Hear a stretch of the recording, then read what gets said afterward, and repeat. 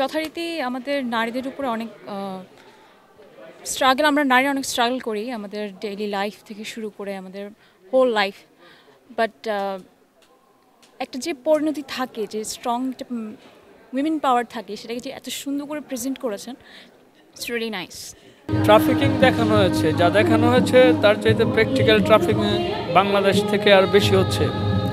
Children rights established Bangladesh India প্রেক্ষিত জরুরি। ভালো লেগেছে, খুব ভালো লেগেছে। সুন্দর মেকিং, সুন্দর লোকেশন এবং সুন্দর অভিনয়, সব মিলিয়ে ভালো লেগেছে।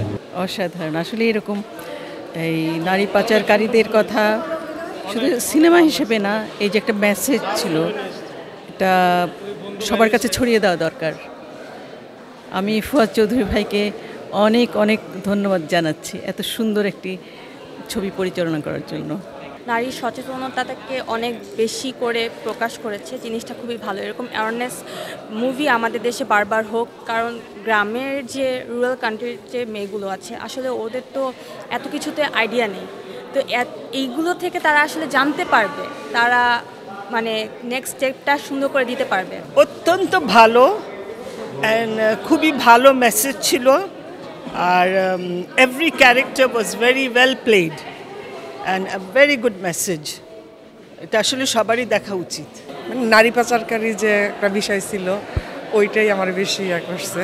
এটা মানে মানুষের দেখা উচিত আমার মনে হয়। গ্রাম বাংলা হিসেবে খুব ভালো হয়েছে। প্রতিটা মেয়েদের জন্য এটা একটা সেফ এবং সতর্ক থাকা উচিত। তাদের ইজ্জত সম্মান নিয়ে ছিনিমিনি খেলা হয়। যারা আমাদের সমাজে কিছু উচ্ছৃঙ্খল মানুষ আছে, যারা মুখোশধারী, তাদের আচরণ বিধিগুলো একটু সতর্ক থাকা দরকার। গ্রাম অঞ্চলে যে সহজ সরল মেয়ে ছেলেগুলো আছে, তারা বেকেয়ার হওয়া উচিত।